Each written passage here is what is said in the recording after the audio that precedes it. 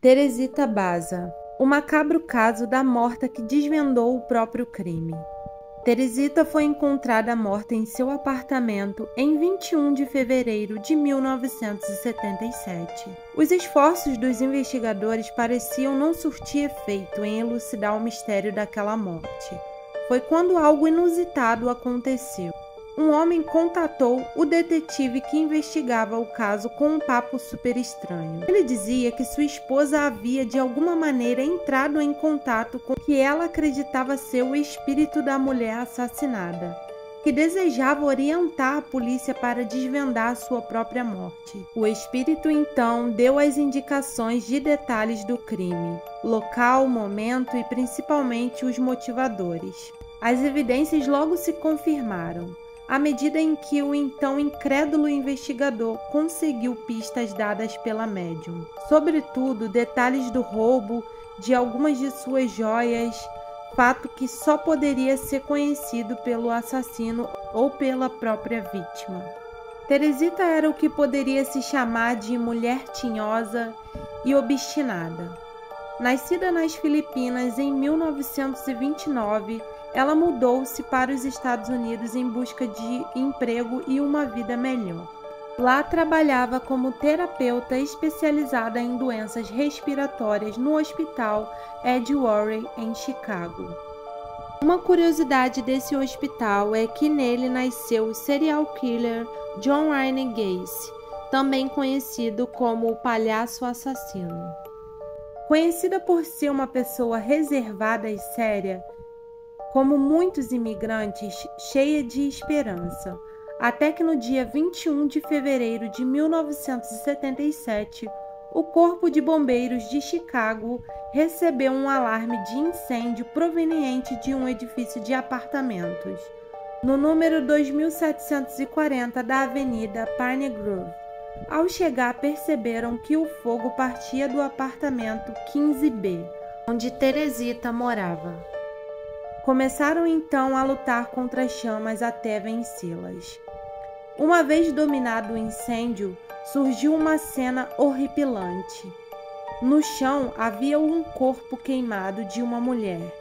Ela estava nua, havia uma faca de cozinha cravada em seu peito, e sobre ela um colchão.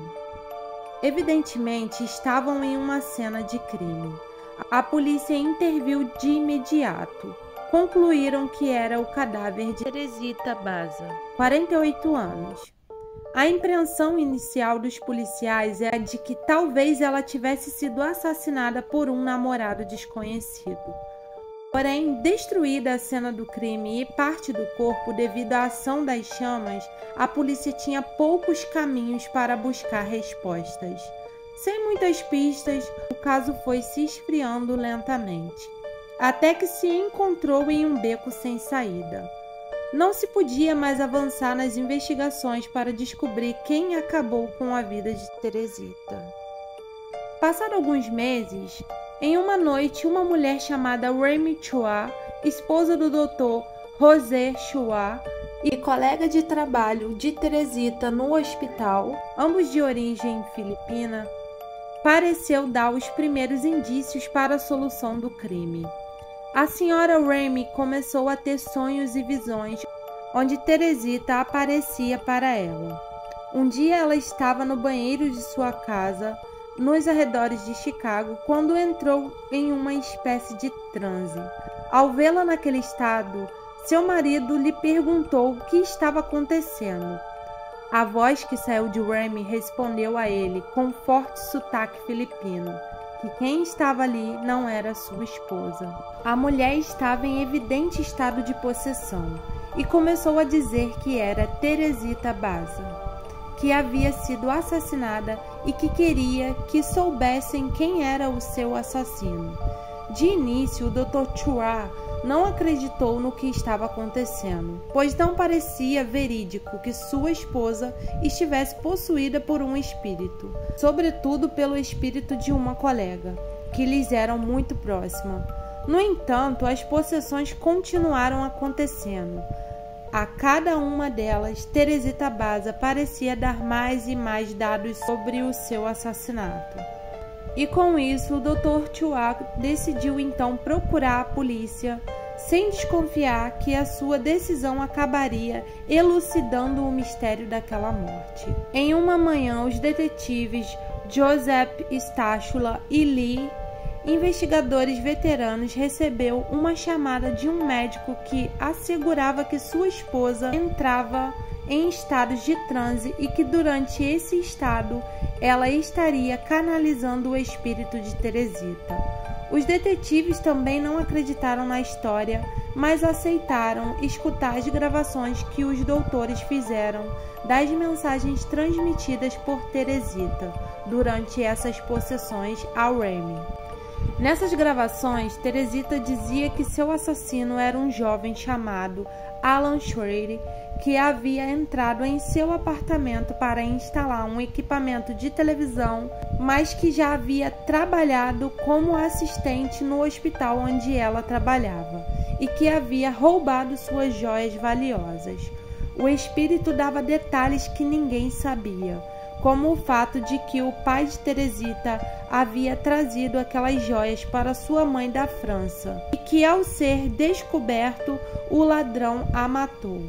Teresita também afirmava que Schrader havia dado um colar de pérolas à sua amante, um colar que havia pertencido à mãe de Teresita.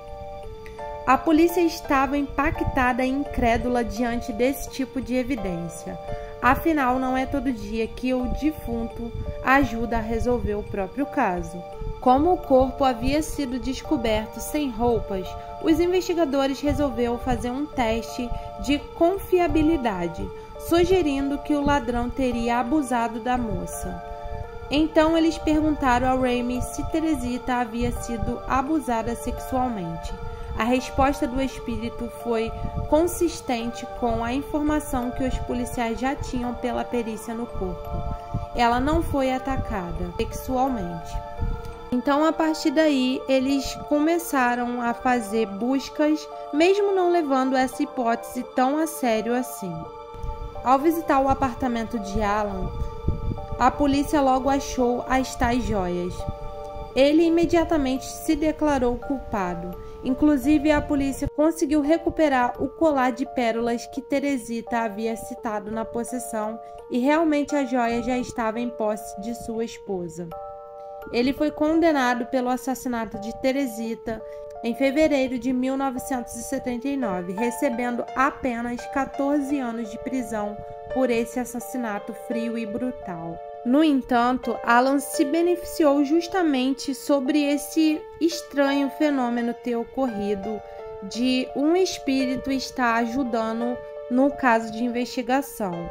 Então, por conta disso, ele acabou ficando por muito pouco tempo na prisão e foi liberado em 1983, ficando menos de 5 anos preso, uma vez que a justiça considerou a alegação da defesa de que os relatos de possessões não deveriam ser válidas em um julgamento no plano dos vivos.